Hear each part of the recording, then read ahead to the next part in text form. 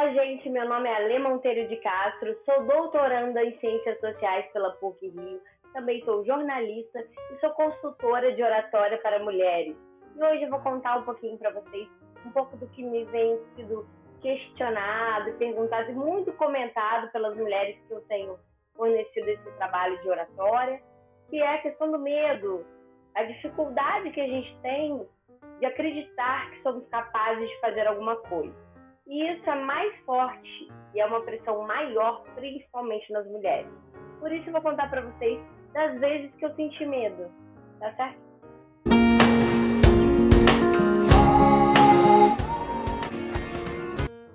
Vamos lá. Tem algumas palestras, eu vou até deixar o link de uma muito interessante da pesquisadora Brené Brown. É uma pesquisadora americana que pesquisa sobre a vulnerabilidade. Vou pegar o livro dela. Se chama A Coragem de Ser Imperfeito. É muito interessante e ela fala muito sobre vulnerabilidade. Tem TED Talks dela no Netflix, também no YouTube. E ela conta algumas coisas da trajetória dela, da vida pessoal, das maneiras como a sociedade nos entrelaça e nos coloca e nos exige para que sejamos perfeitas. E tantas vezes a gente tem medo, tantas vezes a gente se sente vulnerável, se sente frágil e teme fracassar. E por isso a gente deixa de tentar muitas coisas. E não podemos nunca deixar que esse medo nos paralise. Por isso eu vou contar um pouquinho desses medos que eu já senti.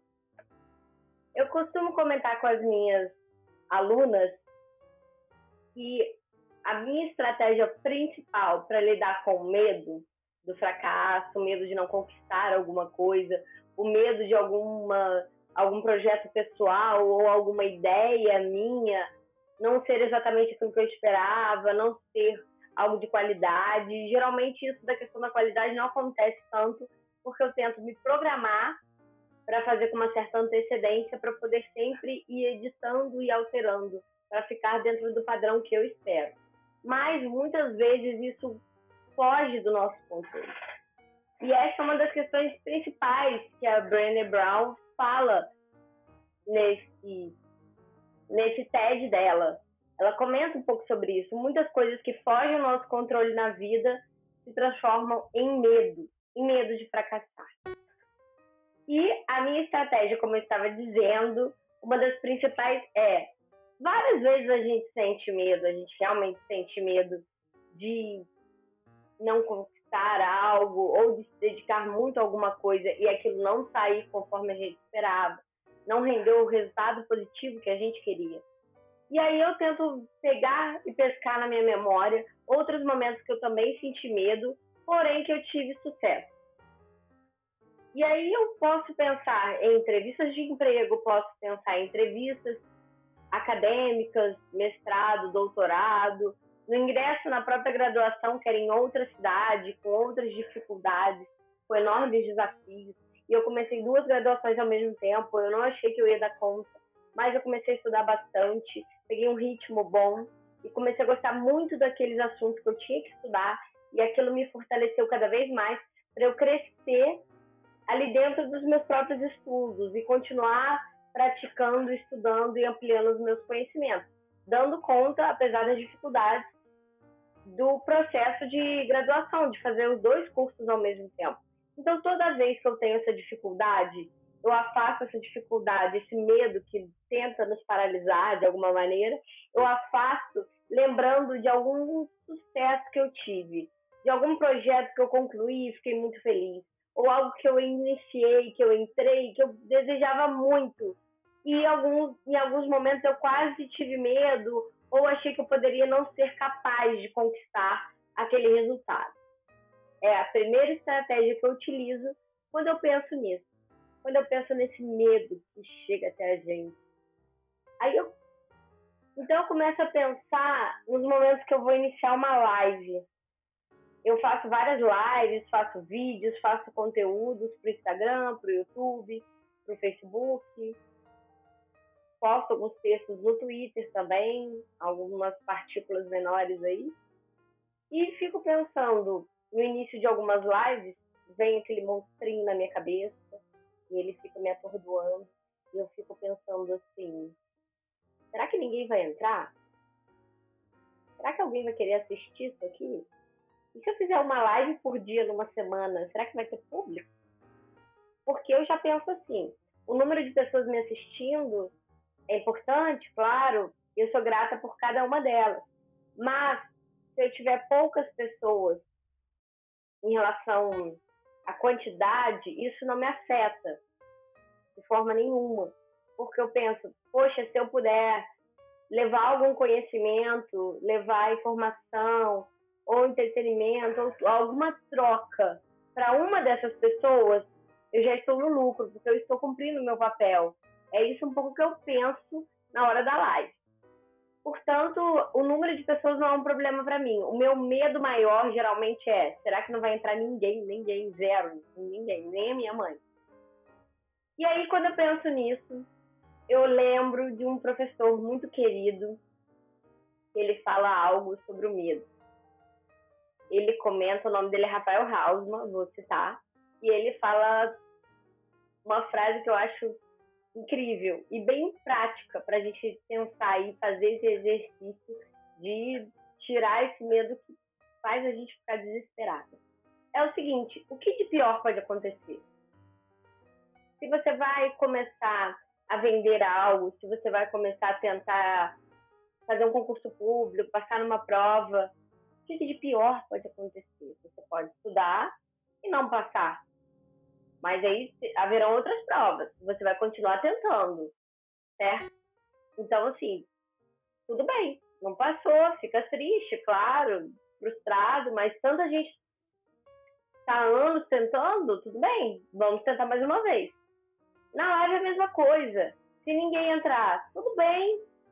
Eu vou virar para a convidada, vou agradecer muito a presença dela e vou dizer, deixa para a próxima, outro dia a gente faz. Às vezes agora está passando outra coisa, ou as pessoas estão com algum problema, e não rolou, simplesmente não rolou. A Brené Brown, simplesmente chamar de René, não sei o que me deu. A Brené Brown comenta um pouco disso também, que a gente está aqui para fracassar na arena da vida. Nós fracassamos. E tá tudo certo fracassar. Não tem problema nenhum. O fracasso não é a derrota de tudo. O fracasso foi uma das tentativas que não deu certo, mas você pode continuar tentando, ou aprender com o fracasso, ou perceber que não era aquilo exatamente que você deveria fazer. Você pode tentar um outro novo projeto que tem mais a ver com você, que vai funcionar melhor, que está mais em alta no mercado, que tem saída. Sempre lembrando daquela... Eu gosto muito daquela regra do PhD para novos projetos, né? Você, uma paixão por aquilo, você ter habilidade e demanda. Então você tem que unir esses três para você conseguir realizar alguma coisa, algo novo que você quer produzir. Você precisa ter demanda da sociedade. As pessoas precisam querer e precisar realmente daquele produto, saber que precisa. Então, às vezes você vai trocar de produto, às vezes você vai mudar o plano da sua vida, às vezes você queria um concurso na região sudeste, mas de repente surge um no sul que vai ser maravilhoso para você. Então é sempre bom você renovar e repensar a partir do fracasso. Ele existe para isso. Só que esse medo do fracasso não pode ser um medo maior do que a sua vontade de tentar. Porque o fracasso está aí pra gente. Todo dia a gente pode fracassar em tudo que a gente tenta. Ninguém consegue ser nota 10 em tudo. Ninguém consegue acertar tudo de primeira, em todas as áreas da vida. É impossível. Então tudo bem fracassar, mas você tem que tentar. E de fracasso em fracasso, você chega no sucesso. E quando chega, é maravilhoso. Então não interessa muito o fracasso. Eu, quando fui tentar o mestrado, já tinha tentado em outras instituições.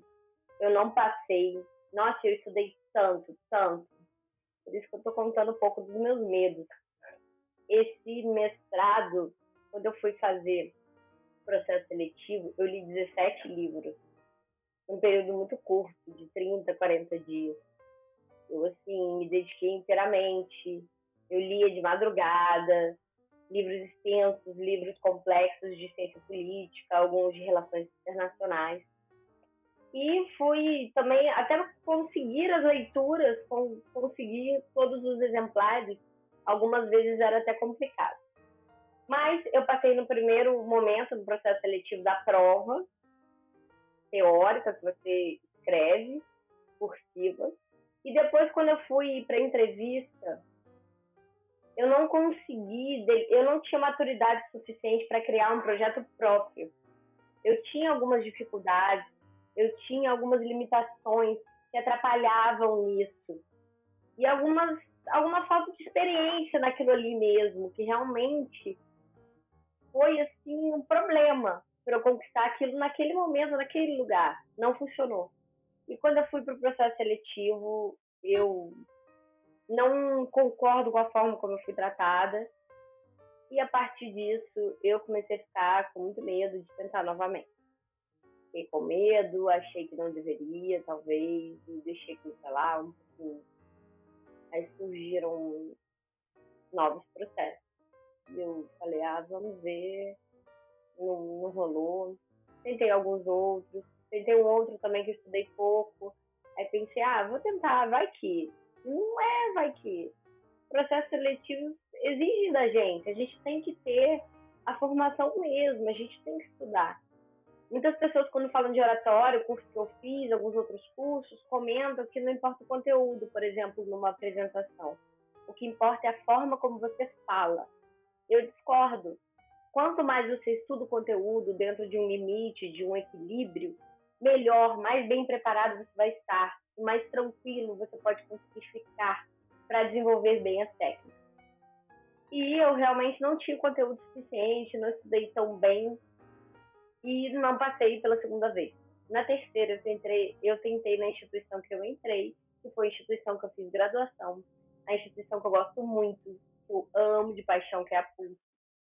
E quando eu olhei a referência bibliográfica, os textos que eram pedidos, eram textos que eu tinha muita intimidade. Mas eu olhei aquela intimidade e não olhei como uma fonte do sucesso. Eu olhei como uma motivação. Eu já sei um pouco sobre esses textos. Eu vou estudar mais.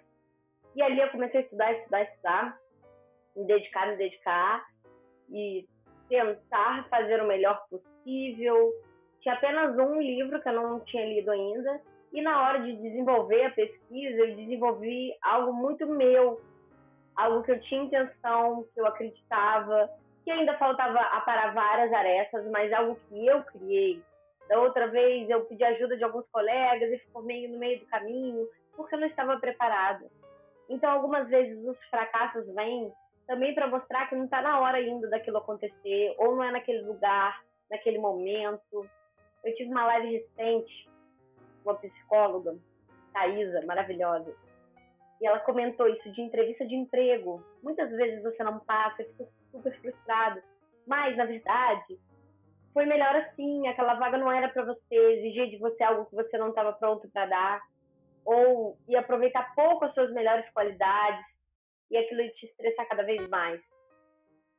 O fracasso vem também com isso, com esse aprendizado, com essa certeza de onde a gente deve estar. E a partir disso, eu tentei no processo seletivo, eu fui para a entrevista do mestrado totalmente relaxada. Eu não estava nervosa em ponto nenhum, eu estava totalmente relaxada. E fui tranquilíssima, pensando assim, se não der, não deu. Fazer o quê? Eu repenso se eu realmente quero tentar a vida acadêmica. Eu olho de novo para aquilo, tento novamente, vamos ver o que vai acontecer.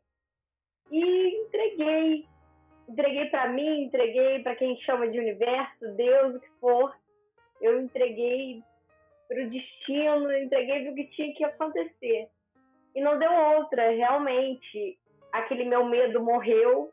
Eu fui super honesta, fui super sincera. Porque quando você está tranquilo, falando bem, você consegue ser mais sincero e mais honesto. E em qualquer entrevista da sua vida, de emprego, de estudo, para alguma coisa do meio acadêmico, para alguma coisa de concurso público, se você não é sincero, aquilo pode pesar futuramente até para você mesmo que passe. Não é só passar, vai além disso. A sua vida não acaba depois que você passa numa prova, nunca acaba. Eu me lembro muito de um professor que foi no meu terceiro ano visitar a escola, fazer uma palestra, falar sobre algumas emoções. E ele perguntou para um dos alunos: o que você mais quer na vida? Aí ele falou: passar no vestibular. Aí ele falou assim: então depois que você passar, você pode morrer, né? E ele ficou assim: como assim, gente? Assustado. E realmente, nunca é uma só aprovação na vida, é um contínuo. E nada é tão importante que vai tirar seu sono para sempre, ou te gerar pode até te gerar algum trauma que você precise tratar.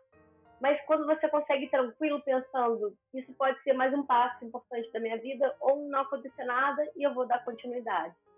E foi assim no meu mestrado, foi muito, muito bom nesse sentido. E depois, no doutorado, na entrevista, eu já fiquei diferente. Eu dou consultoria de oratória para mulheres e fiquei um pouco tensa de começar a consultoria com um pinguinho de medo pensando nessa entrevista de doutorado. Porque eu fiquei nervosa e eu acho que eu não dei o meu melhor ali. Mas eu entrei no doutorado. Meu projeto estava bem feito, estava bem delimitado, estava bem aparado as arestas. E eu fiquei assim, nervosa.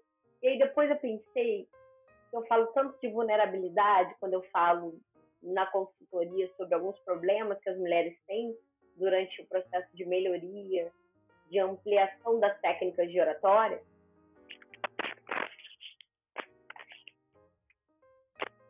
Que eu mesma, de forma nenhuma, poderia ali desistir de um sonho, de um desejo, de uma missão, de um chamado, por conta de uma só tarde que eu senti medo.